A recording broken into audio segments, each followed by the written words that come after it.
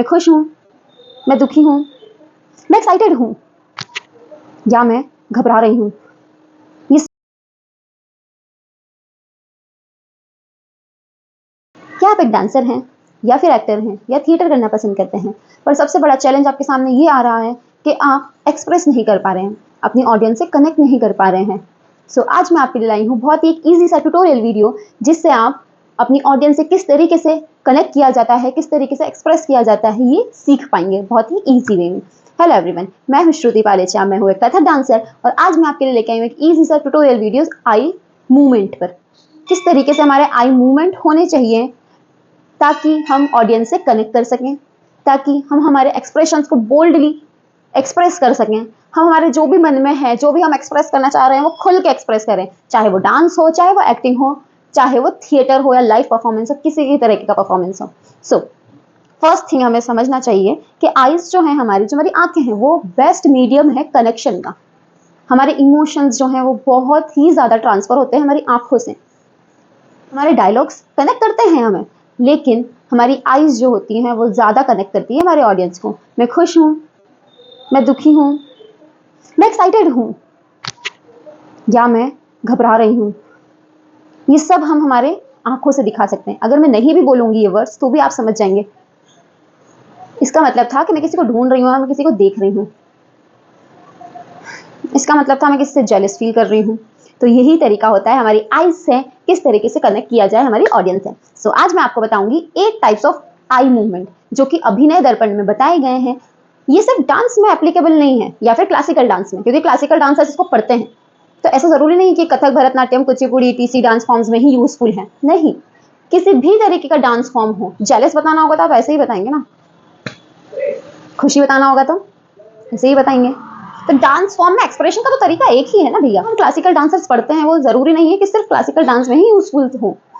Hand movements हो, body movements हो, eye movements हो, नेक मूवमेंट्स हो, वो सारे ही डांस फॉर्म्स में, सभी तरीके के एक्टिंग्स में, थिएटर में यूजफुल हो सकते हैं। सो हम स्टार्ट करते हैं आज का हमारा ट्यूटोरियल।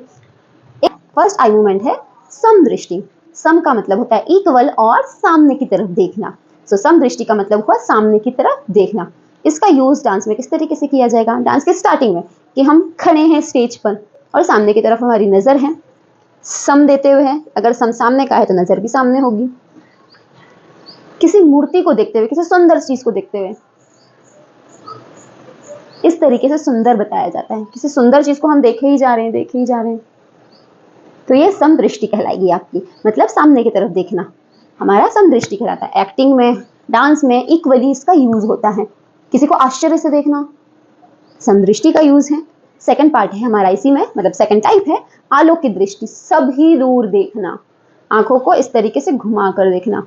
माधुरी दीक्षित जी ने एक सॉन्ग किया था, अखियां मिलाऊं कभी अखियां चुराऊं क्या तूने किया जादू, उसमें वो ये स्टेप करती हैं आंखों से।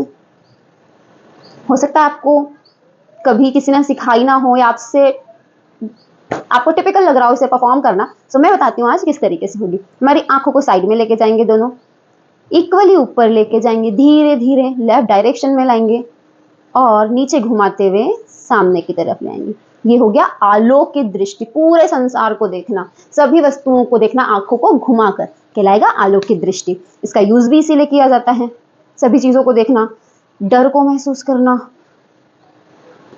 या फिर चंचल दिखाना या फिर जेलसी, किसी में भी आप इसका यूज कर सकते हैं। थर्ड है सांची दृष्टि। आंखों के कोनों से देखना, कुछ इस तरीके से। अगर मैं ऐसे खड़ी हो जाती हूँ तो ये इस तरीके से दिखेगा। इसका यूज हम बताएंगे तीर चलाने में, आंखें हमारी दोनों साइड में है, बंदूक चलाने में। अगर हमें साइड से लेना है कोई भी चीज तो हम बंदूक चलाने में इसका यूज करेंगे। किसी की बातें सुनने में, ध्यान तो सारा किसी की बातों पर है ना, ऐसे इसके कई यूजेस होते हैं। मूंछ मोड़ने में, नीचे की तरफ एक कोने में देखने में, कुछ शोल्डर पे है उसे झटकने में, और कॉमन से बहुत सारे यूजेस हो सकते हैं इसके। इसके बाद है प्रलोकित दृष्टि। आंखों के कोनों से दोनों ओर देखना, दाएं से बाएं और बाएं से दाएं, मतलब राइट टू लेफ्ट या लेफ्ट टू राइट। आंखों से देखना यह कहलाता है प्रलोकित दृष्टि। अब इसका यूज किस तरीके से होगा मैं बताती हूँ। इसका यूज होगा दो चीजों में तुलना करना, डिफरेंस देखना। कि ये कैसी है और ये कैसी है। ऊंचाई पे भी हो सकती है चीज़ें, ये कैसी है, ये कैसी है ना। दो लोगों से बात कर रहे हैं, एक बार इधर से बात कर रहे हैं, एक बार इधर से बात कर रहे हैं, तो इसका यूज इस तरीके से किया जाता है। नाउ हम आते हैं फिफ्थ टाइप पे, वो है निमिलित दृष्टि। निमिलित मतलब किसी से भी कांटेक्ट ना होना, आंखें बंद होना या अध खुली आंखें होना, ना तो बंद है और ना ही पूरी तरीके से खुली है, ये कहलाएगी निमिलित दृष्टि। दो तरीके से आप इसको कर सकते हैं, पूरी तरीके से आंखें बंद कर लीजिए या फिर आधी आंखों को खोल लीजिए। इसका यूज होता है तप, ध्यान, पूजा पाठ बताने में, छोटे बच्चों को ता करने में भी यूज़ हो सकता है इसका। मतलब किसी भी तरीके से आप इसका यूज़ कर सकते हैं। डांस में भी इसका ब्रॉडली यूज़ होता है, जैसे मैंने बताया, ध्यान बताने में, पूजा पाठ करने में, छुपने में, आंखें बंद करने में, काफ़ी यूजेस है इसके। और अध खुली आंखें, अगर इसी का एक और टाइप देखें, अध खुली आंखें मतलब चोरी छुपे देखने में।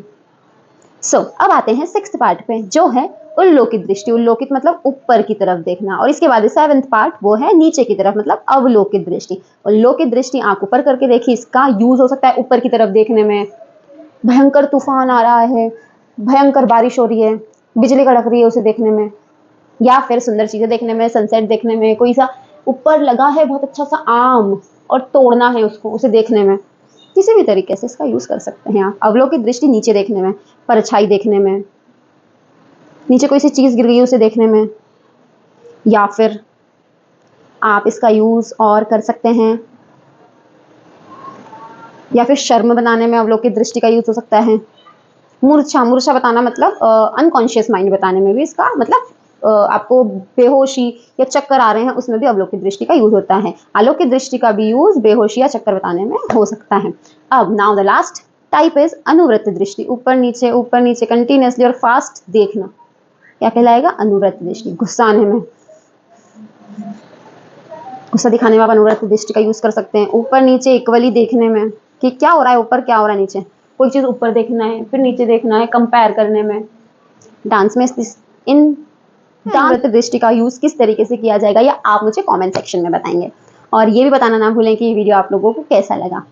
कई सारे अलग अलग वेज होते हैं, बहुत सारे वेज हैं कम्युनिकेट करने के लिए, एक्सप्रेस करने के लिए हमें अपने आप को।